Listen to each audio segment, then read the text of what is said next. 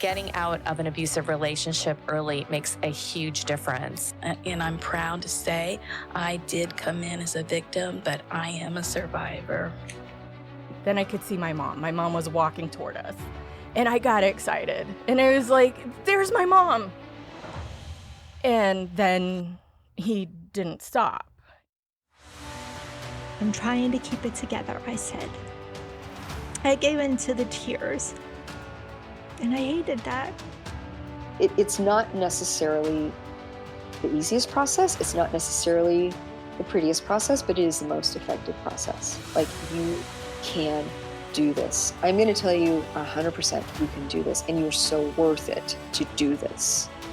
I'm sure losing any child is a real arrow through your heart, but you know, she was great. She was a friend and a family member and our daughter. It feels just as good the 10th time as it did the first time, to have one of your citizens that you're out there protecting walk up and tell you thank you. There is one thing stronger in me than fear, and that's my determination. Welcome. This is Jen Lee, the host of I Need Blue. I came face to face with danger. Now I spend my time giving back to survivors and the heroes that saved us. To listen to previous episodes, visit www.ineedblue.net. I Need Blue can also be found on all of your favorite podcast platforms. The goal of I Need Blue podcast is to have healthy and respectful conversation. I Need Blue does feature graphic themes, violence, abuse, and may not be suitable to all listeners. Some episodes also contain things which may be triggering. Please take care of yourself and don't hesitate to ask for professional help if you need it. Let's get started with today's episode. Domestic violence is the leading cause of injury to women, more than car accidents, muggings, and rapes combined. Every 9 seconds in the U.S., a woman is assaulted or beaten. Every 9 seconds. What if children are involved? Every year, more than 3 million children witness domestic violence in their homes. How about our communities? Domestic violence costs more than $37 billion a year in law enforcement involvement, legal work, medical and mental health treatment, and lost productivity of companies. Domestic violence takes on many forms: physical abuse, sexual abuse, emotional abuse, and intimidation, to name a few. To discuss the specifics of domestic abuse, I have a special guest today, Lori Sutherland from the Women's Center located in Melbourne, Florida. For 10 years, she has been the Director of Development and committed to creating a safe place for men, women, and children who are victims turned survivors of domestic violence and sexual assault. Welcome, Lori, and thank you for being here today. Your support is appreciated. Lori will be sharing information at the end of the segment and talk about the resources offered for men and women at the Women's Center. Also, on the resource tab on our website, www.ineedblue.net, you can find the contact information for the Women's Center. Today, I have another special, courageous guest, Gail. She is a victim turned survivor of domestic abuse. She wants to share her story with you. Gail, thank you for being here today. There are many domestic violence cases which go unreported. By Gail telling her story, we hope it will help some find the courage to come forward. And I know your story today is going to help women and men who can relate to the disturbing details of your situation, living with the day-to-day abuse. In this case, it was dealt to you by your husband. The perpetrator's information is withheld because, quite frankly, the name doesn't deserve any mention. Today is all about you, Gail. The beginning of a relationship is called the honeymoon stage. I think we've probably all experienced it. Can you start by telling us what it was like for you, Gail, how you felt, what actions made you feel special and like you were the luckiest girl in the world? Absolutely. I would start with I met this gentleman, and I really thought that he was an answer to all my prayers. My honeymoon lasted for about 4.5 years. There was quite the courtship. Didn't see anything, no red flags or anything of that nature. Actually, I felt like I was the princess that everybody wants to be. She was the luckiest girl in the whole wide world. He supported me in everything that I did during that time. I enjoyed supporting his career as well.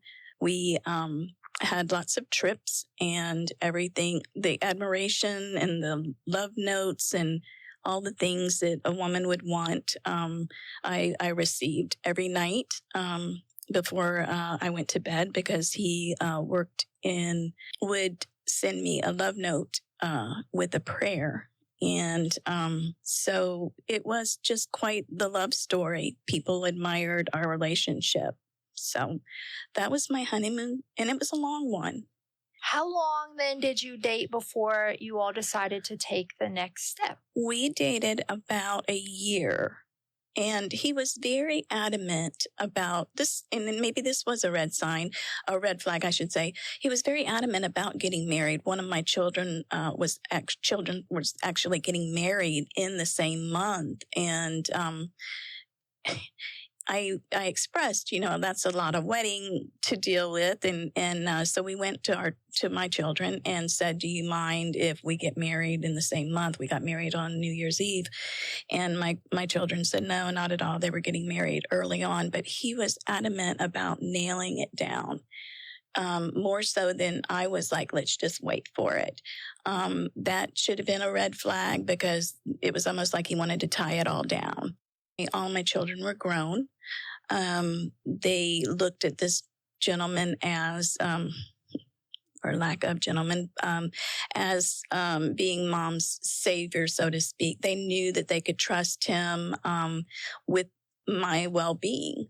They saw it because even them and their girlfriends and wives, soon to be wives, because they all got married during the time that we were married. But they would say, oh, he just adores you. I mean, the ground you walk on. And truly he did during that time. And there was no signs there. So, but my children were all grown and on their own. And literally during the time that I was married to this person, we had 3 weddings and 1 grandchild during that time. Tell me when things started to change. I walked in on him in a spare bedroom, and he was just beating himself. And I'm not talking about just, thump, thump. I'm talking about tearing himself up. So I got down on his level and I said, what is it? What is it that's bothering you? And he wouldn't tell me, just kept beating himself. So I knew that something wasn't right. I felt like maybe we need to go see someone to talk about it. Maybe some meds might be needed, because it's not normal to beat yourself like that. So that was the beginning. And in the end, I realized why he was doing that. So it sounded like for him trying to understand, process, and cope with a traumatic situation that he witnessed was a challenge, and you offered help. Jen, then I have to look back. Well, I know it was the things that he was doing. And I think it got the best of him. So of course he couldn't tell me these things, this was just his reaction to deal with what he was doing. So, and that would be infidelity on the job and things of that nature. But I wouldn't be able to put those pieces together till later on. And then with much counseling, would I be able to kind of look at that in a different way. So it was a process of very much turning as far as aggravation towards me. I had made his breakfast, packed his lunch and what have you. And I sat in this big chair. Well, we had big sliders, and I saw his reflection, and he lifted the middle finger at me. And I thought, what in the world? And then, I didn't say anything, got up, and I love you and have a great day. And so I'm thinking, okay, so what's going on here? But as it progressed, and it progressed quickly, there became more verbal abuse. And then again, those of you who are going through this or have gone through this, then you get the letter the next day or the flowers the next day. I'm sorry, you didn't deserve that. I didn't mean it. Those type of things. So, and that was just the beginning of, so it just got worse from that point. And I think they consider that gaslighting. So, and that's something that I learned again through counseling. And of course, I didn't know what that was. I was trying to understand and trying to figure it out myself, all through the whole thing. But, and also I kept thinking, he needs some kind of mental help. And here's an example of that as well. Now this has nothing about abuse, but it made me click into maybe he has issues from his past. He was well into 3 figures, and I had bought some hand towels, and I kept telling him, you can use the hand towels. And he said, no, I'm not allowed to do that. And he said, my mom used to pretty much beat me if I use those hand towels. I said, it's your money. You're a grown man. It's your home. So in the back of my mind, I thought, okay, we have issues. And that's why I was thinking maybe some mental health counseling. My biggest thing is I took my vows seriously. So why I'm telling you this is I felt I had one wing that was flapping like, I shouldn't be treated this way. But then I had another wing behind me saying for better, for worse, sickness and in health. So. Did you at times when you didn't feel so good about the situation, look back and say to yourself, okay, I know what we had. I know what he's capable of. So I'm just going to wait. He's having some bad days, bad situation, but I know the man he was is going to come back and we're going to have that great relationship again. Absolutely. And in between the episodes, it would be that way. So it was your mind is going in all kinds of directions, and there would be great days, and then there would be not so great days, and then you have to realize I raised 3 sons to never ever touch a woman, and then the physical. We haven't gone into that yet, but it started. The physical started, and again, then we have the I'm sorry's. I'm never going to do it again. And every night I have a prayer sent to me about how much he loves me and thank you, God, for this woman. And so it was gaslighting all over the place. And as a woman who seen how good he could be, I just kept thinking, if we get help, that maybe I'll get him back. I'll get the guy that I fell for back. There are some horrible things that are said. I know this from a girlfriend who told me her story. And until I heard it from her, it gives me chills right now, remembering the things that she was told. If you're comfortable so that our audience gets a better feel emotionally how this feels, could you share some of those things with us? Absolutely. He would degrade me. He wanted me to be a stay-at-home wife. Again, through counseling, I learned some things about that because he took me out of everyday life and separated me from other people. But he would constantly, throw out derogatory terms and call me, derogatory names. But again, after so, it was always you'd get a love note sent or some flowers but very derogatory where this is someone that's supposed to love you. So you intake that into your heart. Words are powerful. You can't take them back. You can say, I'm sorry, but you can't take them back. They're already embedded. It affected me as a woman, and it affected me as a mother as well. Because again, I raised my children or my boys to walk like men on this earth, and that they had things that I had instilled in them. Yet I'm enduring the things that I had taught my children. So that weighed heavy on my heart, because I'm carrying this and not letting them know. They're grown men. And so I carried that, but it started progressing, and it would be more frequent. And again, I just kept going back to the statement that he made about the hand towels, and that if he just went into counseling, and maybe he needed to be on medication. I didn't know. So yeah. Did you cry? All the time. Yeah. During that. Now, counseling, I wouldn't let myself cry. Yeah. My counselor would encourage me. It's okay to cry. Even when I was in the middle of counseling, I would shut down when I started to feel a teardrop. And we worked through that. And again, counseling, we worked through that. And did he see you cry? He did see me cry, and it didn't faze him at all. Yeah. And that's hard to comprehend, because again, when you have someone that you think loves you, and then where's the empathy? I kept thinking, where's your empathy? And it started to feel like it was almost a game with him. So I started to see these things slowly, but I always go back to my vows. And then I also went back to the fact that there's something deep rooted there. So again, this is all about your comfort level, but can you talk about the intimacy?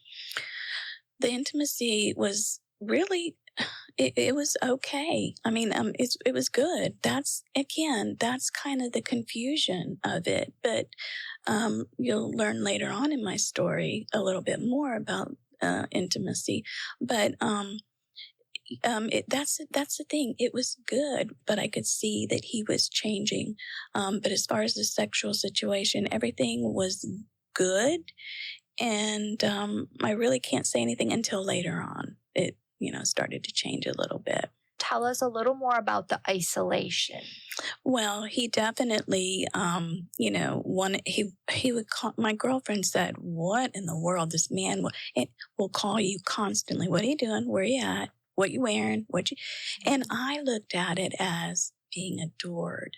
I looked at it as being, he thinks I'm beautiful. I looked at it as I have someone that cares enough, that wants to know what my days is. And my girlfriend was like, okay, this isn't normal, and I just felt like, wow, she's jealous. She hasn't had anybody in a while. And, but he liked that. And I'll give you an example without using the name of, the volunteer service that I wanted to do. But look, you can only do laundry so much, and you're with your husband. So the house is spotless. There's no one else to mess it up. So you get kind of bored.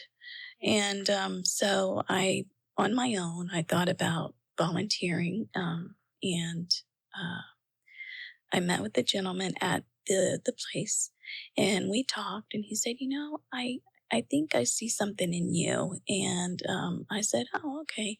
And so we talked about volunteering and the hours and what have you. Well, I got home, and he was off shift, and I did it when he was on shift. But the gentleman wrote me an email and said, I'd really like to talk to you about a position that I think that you would do amazing in. And I would like to meet you for coffee, and we can discuss it.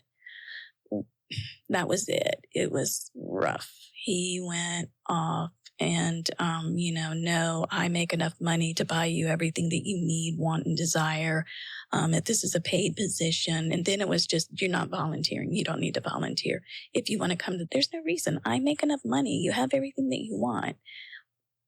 But I reached out to do something for myself. So that got shot down. And so that was part of the isolation too. And when he was off, he didn't leave my side. He was right there next to me.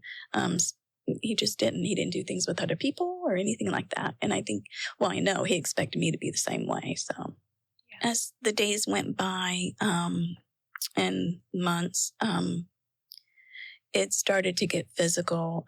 There were some things that he would do out in public that would embarrass me. So I'd wait till we got home.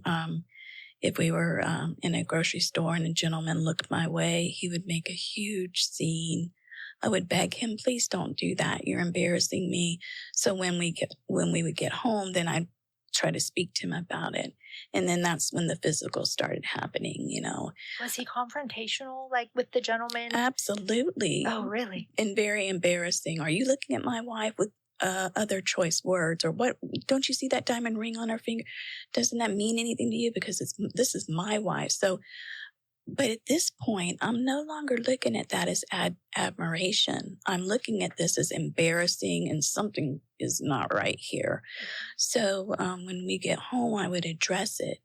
And that's when the physical started, with the pushing and the pulling and, me making dinner and him coming behind me and just, slapping the back of my head. And, I would turn around and, what are you doing? Why are you doing that? And he's like, you need to understand that I'm the one in this house that makes the decisions. And if I speak to someone outside this house, you need to represent me and, follow my lead. And so I just shut down and be quiet and make dinner and then pray over dinner. Love my wife. Thank you. The whole situation again with the, bringing the prayer in and all of that. So. Did you all go to church? It sounds like prayer was kind of a normal. We did go to church. And, later on in my story, and I wondered, at the time, like, what is going on? But, yeah, we did. We attended services every Sunday that he was off. We'd pick a church and go to. And, that was a big part. So the physical started by different little things and what have you. And it got real bad. One example was I never carry cash in my purse. We have debit. We have a joint account. I mean, he knew he had everything. I had everything.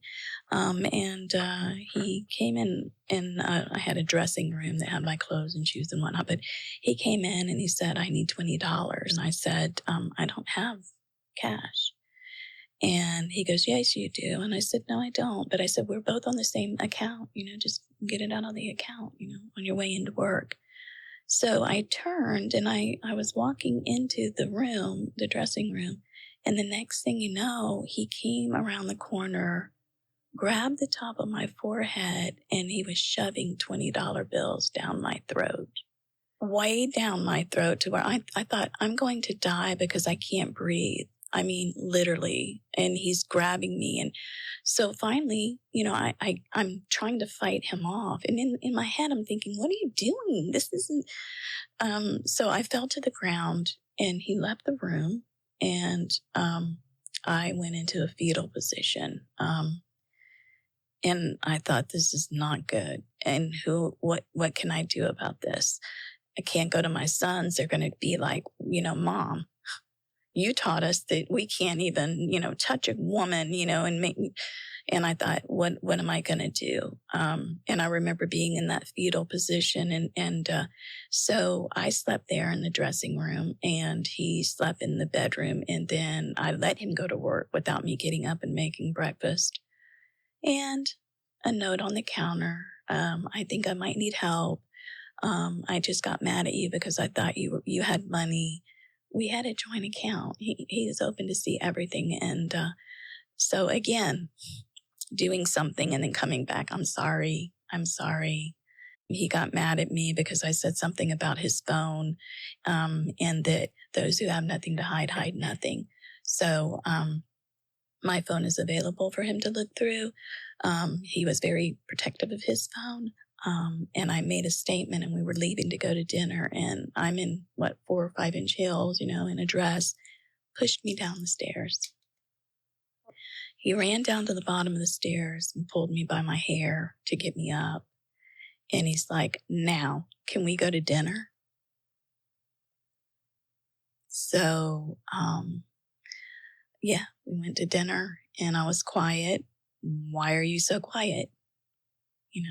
If I go to a doctor and I say what they're going to say, well, how did that happen? Did he ever apologize in person? He did.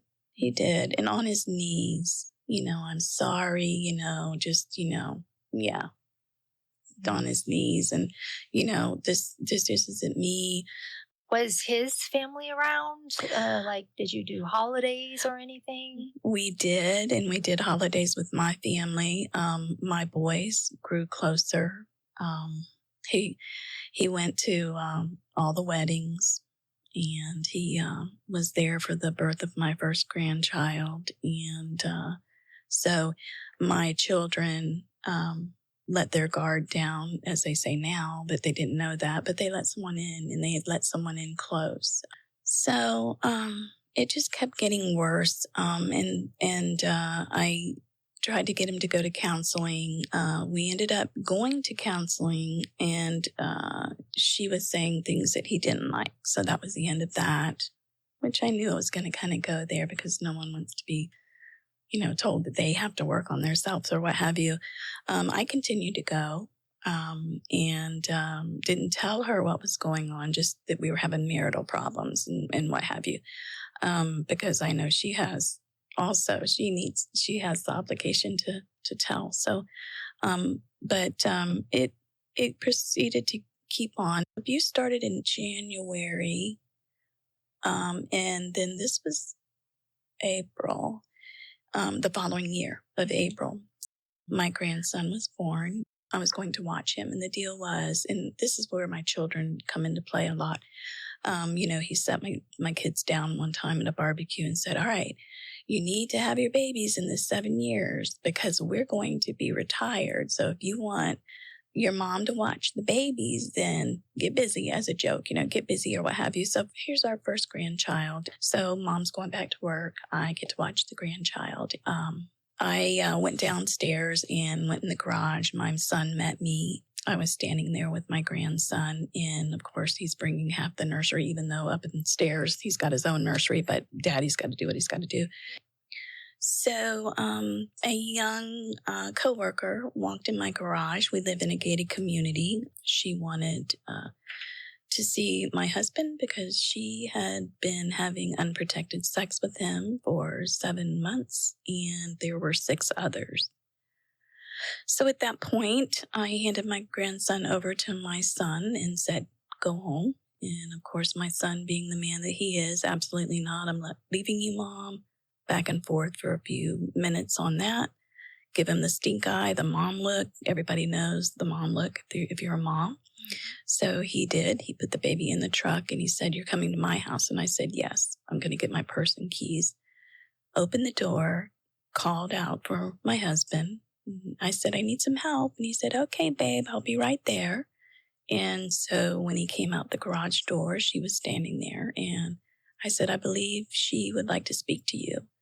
I went ahead and got my keys and my purse. And when I was coming out, of course, he was using derogatory language and towards her. I don't know you. I don't know who you are and what have you, which didn't matter to me at that point.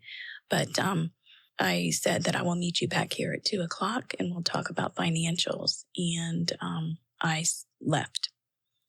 So 2:00 came around that day and I am sitting at the table with all the financials out, wanting to go to the divorce attorney afterwards. And I text him, are you coming? And he said, yes. I said, okay, waiting.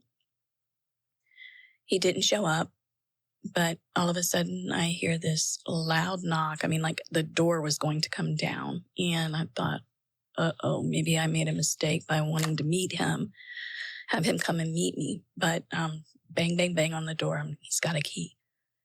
Opened the door, and there were 3 police officers and 2 detectives. And they said, are you okay? Are you okay? Are you okay? And I'm like, yes, I'm okay. What? And I said, did I do something? And they're like, no, ma'am, you need to come down to the police station with us. And I said, I'm not going anywhere unless my sons are with me. So it seemed like I said that and poof, they were right there. But they said they would drive me to the police station. My son said, we'll take her. So we all went. My sons called my best friend. My best friend had known a little bit about what I had gone through, not all of it, but a little bit.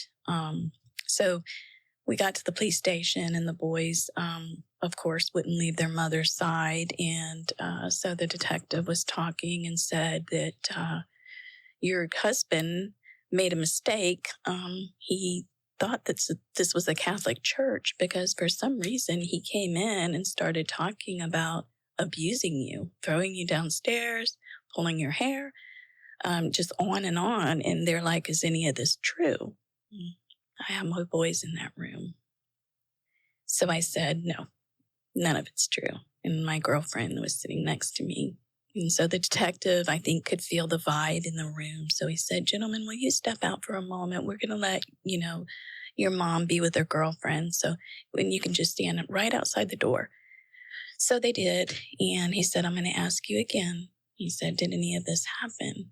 And I got quiet, and my girlfriend looked at me and said, if you don't start talking, I am. And so I said, yes. And they said, okay. What I didn't say is before the baby came for a visit, I was going to take the baby out, and he wanted to go. And I said, no, you don't have to go. This was before the woman came in the garage as well. So that morning he had shaken me. He's like, I'm going to go. Why can't I go? And I kept telling him, don't, you're hurting me. Don't, my son's coming, and I don't want you to come. I'm just going to run out. I want to be by myself. And he was just grabbing me so hard. So long story short, when we were at the police station, do you have any bruises on you now? No, sir. Do you mind if we have a lady detective come in and would you remove your shirt for her so we can make sure there's no bruises? And I said, sure, not even remembering, because I had been through so much, but not even remembering it. So, of course, when I took my blouse off, I was just black and blue. And so they said at that point that he was going to be under arrest for domestic violence. So. Can you tell us how you got help afterwards? Yes. They give you a packet with all kinds of resources in it. The state attorney did that, and it took me about 3 weeks. I thought I could do everything on my own. First, let me go back as well. My children found out. They were devastated. Not devastated that I taught them different, and yet I was accepting abuse, but devastated that their mother had been hurt and treated the way that she was. But I moved in with my son. He wasn't going to have it any other way immediately, and got a packet from the state attorney and the police advocate. And they stated, if you need help, it's here. If, all kinds of resources are available. So 3 weeks went by, and of course I've got my little grandson that's giving me unconditional love and was a godsend during this time. But after 3 weeks, I realized there's other things I can't deal with. There was so much coming up. And so at that point, I opened up the paperwork and I find a pamphlet with the Women's Center. So I called, and I could barely speak. And they said, come in. And I said, okay. And I literally, when I say I crawled in there, obviously not on all fours, but broken, weak, could barely speak. They opened the doors, and they set me in a room, and of course they had to get the information and what have you. And then that started my journey with the Women's Center and counseling. I think that's amazing. And I know we have Lori here from the Women's Center who is going to share with you a little bit about what they do and have some conversation with Gail as well, as I think we all about have tears in our eyes from listening to what you have been through. Lori, I'm going to go ahead and let you take it away. Thank you, Jen. as you said earlier on, I'm Lori Sutherland, Development Director for the Women's Center of Brevard. And we have Melbourne offices and we have Titusville offices. So we try to cover as much ground as we can in Brevard, but there is a lot of need. And Gail, your story was so compelling and it was really difficult to listen to. I'm so happy that the Women's Center had resources that you needed to get on track.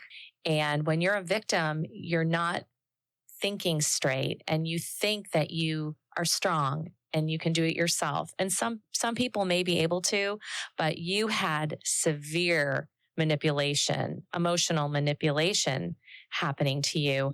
And that's where a lot of confusion can come in. And you mentioned that you had the honeymoon phase of your relationship at the beginning, which was extended. 4.5 years is a long time, which gave your abuser the time to lay the groundwork for the manipulation. And I think when a victim is abused, it's kind of a shock to their system because I think intuitively we want to look at the good. And victims quite often believe that the person is that person. But I will say this, the perpetrator is that person always. And they know how to use the mental manipulation to persuade the victim that they are decent and good. And that's why seeing the red flags and warning signs in relationships, whether it be a marriage, dating, you have to see the red flags early. Right.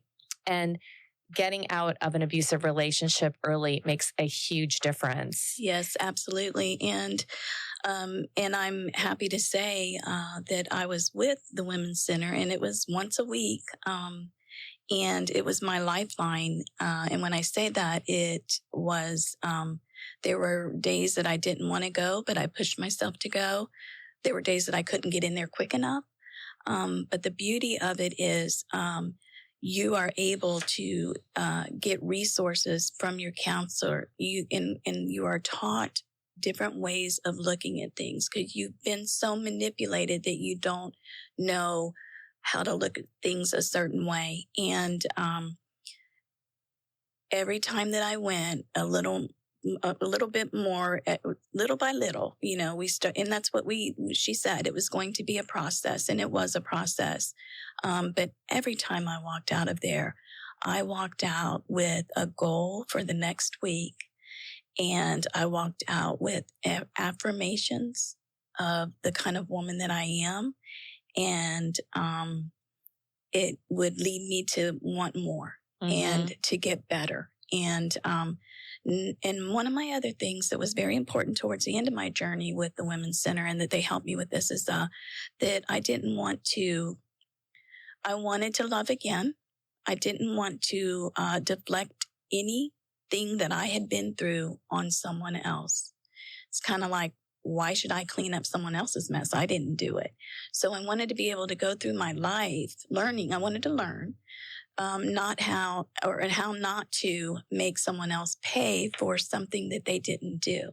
So that was another journey in counseling to learn. And like you said, red flags. And boy, am I on top of my red flags now. Yeah. Not to a detrimental type situation, but more so just being aware. And also the center taught me boundaries. A lot of women think the word boundary is a bad word. And that could be in a domestic violence situation, a relationship. It could be in with your children. Boundaries are a work situation, friendship. Boundaries are healthy in many different relationships that you have. Absolutely. And I'm glad that our counseling services gave you the tools to step by step rebuild your self-esteem. Because that's key, that you have to rebound and realize that you are a strong person and then admit to the manipulation. And earlier when you were telling your story, you alluded to the fact that you were kind of in denial and you didn't want to say it out loud. You didn't want people to know because victims quite often feel embarrassed. Right. And even though it's not their fault, they feel embarrassed and quite often they are coerced into believing that it's their fault. Right. So that is psychological Mhm. manipulation. Mhm. And another point that you made that was really very important to me as a domestic violence advocate Mhm. is the isolation. That is a very large factor, and you can misconstrue that as flattery. Absolutely. And I want you to stay home. I make the money. Mhm. That's all about the abuser's ego, by the way. Right. Why do you need to do anything else? But then that's chipping away slowly at your identity and who you are. And that's a Absolutely. red flag too. And I think also people are confused sometimes when there's emotional abuse and psychological abuse, because physical abuse is obviously right there, bruises Mhm. and someone grabbing you, physically shaking you. That is shocking. Right. And that's where emotional manipulators can have an edge on really getting their claws into the victim Mhm. by Absolutely. using those tactics to continue the abuse, which your story is a classic tale of escalation, Right. where the abuse just kept getting worse and more violent into physical violence. Right. And I think that, and again, I brought paperwork today, the little things that I got from the Women's Center, and if you could see them, they're all torn and rippled, but it's daily affirmations. And I will tell you that I continue to use these. And I also continue all the things that they gave me. I have a notebook, and when I feel like I need to revisit that, I do. And all of it was amazing things, different ways that because you start to break down situations differently, because you start to question things, and they're not true. So you have to kind of dissect them and say, did they really mean it that way? Because you're so used to being, manipulated that you don't know. You're always thinking that they're not telling the truth. Questioning yourself. You have to retrain the way you think. Exactly. And that's exactly what they had me do. And then we talked, and then you have triggers, and, you get taught how to deal with triggers, different ways that you can deal with them. And they teach you different ways. And maybe my way isn't going to work for another woman or a man. But they'll find that way where you can self-soothe yourself in a situation that you find. Mine happened to be that I heard sirens, and that would trigger me. Or, and I'll share this. This is, I'm 2 years away from being at the Women's Center, but I guarantee you, if I called up and said I need some help, they would be there for me. However, I just got out of a work situation because it changed hands, and I could see the manipulation of this gentleman, and I could see it reminded me too much. And it was, I was strong enough to see that and say, no, I'm not working under this situation. I am stronger, and I need to put myself in healthy situations. And you deserve better. Absolutely. And so I'm no longer there, and I know that the door is going to be open somewhere else. And, but that would be something that I would have never thought of. I would have never had the strength, or would have never had the tools to see that, he's doing this. He's, now I can see that. And I have had some successful dating situations where I know that the tools that that I've been given, I've been able to use. And so there is a future after this. You can be happy again. But I will tell you, you have to do your homework too. Your counselor can work with you and work with you and work with you. But, you have to love yourself enough to follow through on some of the things that they ask you to do, your assignments, or, just being able to relate. And it's so funny because it's like a light bulb moment where you're like, I don't know what this paper means, and I don't know what she's getting at. But then finally it clicks, and it's like a light bulb. And then there's another lesson that you just learn to better yourself and to have a future. And I give you credit for taking the step to come and get help. Right. And then understanding that it's a process, and it doesn't just happen overnight. The healing can be slow. Exactly. And you had the fortitude to stay with the plan. You kept coming to your counseling sessions and you got to where you are. And that is a real success story. So victim advocacy is where we first start with somebody. So you came in as a victim, you had a victim advocate that worked with you, and then you were referred to counseling. Everything is a process. And, when people come in, I think they're kind of surprised because we have to, get all your information. Everything, needs to be documented, which is so important. Right. So important. And our victims are that important to us that we make sure we do it properly. And everything goes with a plan. Right. Goes with a plan. That's exactly what happened is I called an intake, but, and she was so kind and sweet and she let me take my time and what have you. And you're right. She got all the information and then they did set me up with an appointment. And I want to say it's been a while, but I want to say that I got in that day. It was pretty bad, but, they, worked around everything. I mean, it was a godsend. And I look back and little did I know, that I would be such a big advocate, but, and to be able to share my story like this when I first walked in there, who would know, and just just being able to, reach back, which is what I taught my children is always reach back if you can. And I hope that this will help others that are listening and that they know that it might not happen right away, that there is a journey that you take. And but there is light at the tunnel and the light can be bright again and you can find your self-worth and you can find happiness again. And you become an advocate for yourself by learning boundaries and different things that they teach you. And so I do hope that there's someone out there that this helps, my story helps with them. And again, that if they can reach out for help if they need it. Jen, if I can elaborate more on our other services, I'd love to do that. Yes, please. I'm so passionate about the Women's Center and what we do. And it's so inspiring to me to be sitting here face to face with a person that we've really helped come out of a really difficult situation and flourish and have bravery to talk about it, to share your story with other people. So in addition to our victim advocacy services, we also have our counseling, which I know has helped you a lot. And I'd like everyone in Brevard County to know that we have housing.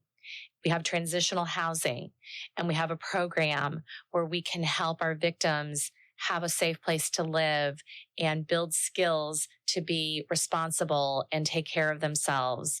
And quite often we have victims with children that come and stay in our transitional housing units. And we also run the only rape crisis center in Brevard County, which a lot of people don't know, which is a huge endeavor for us, but it's that important. And we work with the local hospitals and we have 24-hour, 7 days a week rape crisis intervention and somebody that's always there on call to talk to somebody who needs help. So that's a really important part of what we do as well. And we also have prevention services. And quite often when you think back on it, it's like seeing those red flags when you're made aware of the red flags and the warning signs. That's where prevention comes in. And I think that's really important. And then simply talking about it and sharing your story makes a very big difference in people's lives. Because when people are abused, they get used to a certain situation and they don't even realize it.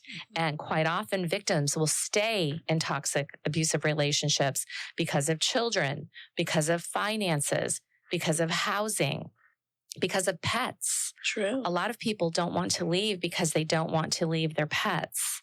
So there's so many factors involved, but the Women's Center is here for victims in Brevard County And it's easy. Just get on our website, www.womenscenter.net. And I know Jen is putting that on your own website so people can refer to your website to contact us. And then that can start your journey. And there's all the information for the different offices, phone numbers, etc. And to get it started. And don't be afraid. And Gail, you're a success story. Thank you so much. You're welcome. Thank you. I'm very inspired by you. Thank you. And again, I wouldn't be where I am today without the Women's Center. And I just hope that, like I said, that this opens up someone's eyes and that they can understand that there is light at the end of the tunnel and that there's resources there for them to use. Lori, would you give your website one more time? Yes, I will. It's www.womenscenter, lowercase, no spaces, .net, Women's Center. And it has all the information you need explaining our programs, victim stories, which are, of course, anonymous that we share, the phone numbers for both of our offices to get your journey started to healing.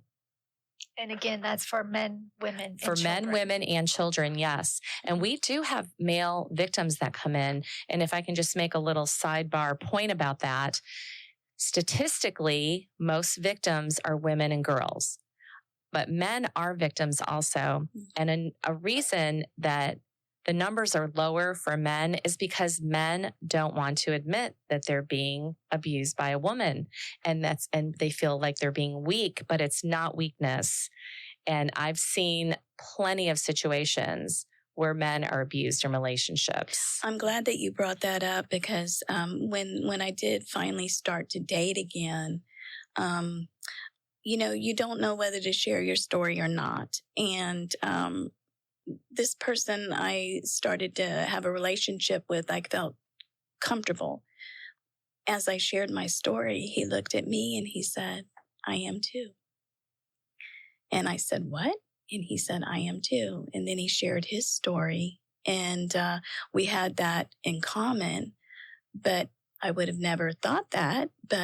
And I did. I said, "Thank you for being brave enough to share that with me," because some men, like you said, wouldn't want to share that. They think that they would be less than, or they're supposed to be the man and handle everything and all of that. But yeah, it does happen in men as well, unfortunately. So. Don't be afraid. Mm-hmm. Any victim should know that there's help for them. Absolutely. And it just takes the one step of contacting the Women's Center, and then we will guide them through their journey of recovery. Absolutely. Thank you so much, Lori. Gail, would you like to share one or two affirmations with us today? And absolutely. I can tell you, I'm looking at her paper and it has been well used. It's beautiful. It's a living document. I can tell you use it a lot. So yes, please share a couple with us. Absolutely. I'm going to share, again, this is a handout that my counselor gave me, and it's called Affirmation for Self-Esteem.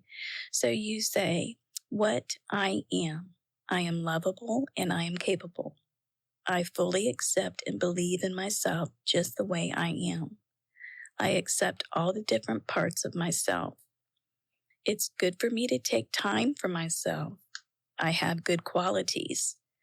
Those are some of those affirmations, and there's a whole list, and half of it's missing because, again, I've used it so much. But I'll go on to another thing that she gave me, and it's building self-esteem through positive affirmations, and it's learning how to become your own best friend. So, physical activity, taking a walk outside. They talk to you about abdominal breathing. They'll teach you these things. They'll teach you ways. They'll also teach you, like, if your mind goes into a certain place, to shout stop. The whole thing about shouting stop is another way of being able to stop those memories or those things that you don't want to go through again. Also, snapping a rubber band against your wrist. It slows you down and makes you think, I'm not there. If you're putting yourself in a situation where you used to be, and a trigger comes, snap that rubber band and it puts you right into reality. These are the things that they offer at the Women's Center. And again, I can't say enough about the journey. And I'm proud to say I did come in as a victim, but I am a survivor.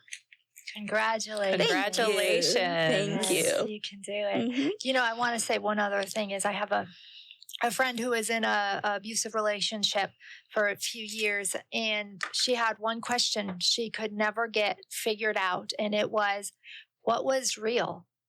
The past matter years of my life, what was real? So she went to therapy. The therapist told her, your feelings. Everything that you felt was real. So true. And I did the same thing. I didn't know where the starting point was. Where did my life start? Did it start at the very beginning, or did it start in the middle of the honeymoon? I mean, what was real? When did I start getting the rug slipped out from underneath me? And then I realized again through counseling, it doesn't matter. I was there. I knew what I was thinking. I knew what I was doing. And it's something that I could work on and get over. And I did. So, but you're right. I did ask myself that too, because you feel like you were living this great, wonderful life. And then all of a sudden it was just pulled out from underneath you, and everything that you knew was not. Yes. So where did it end, and where did it begin, and where was he happy? Where was I happy? Yes. Yeah. Yes. Acknowledging and understanding our feelings are important.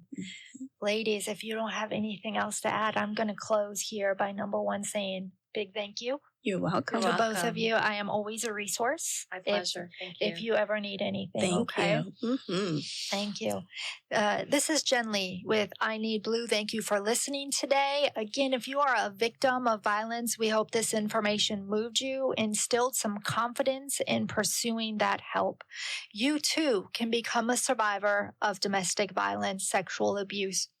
Visit www.ineedblue.net for local resources, the Women's Center, or call your local police. Again, you find this episode on www.ineedblue.net or all of your favorite podcast platforms. Thank you for listening.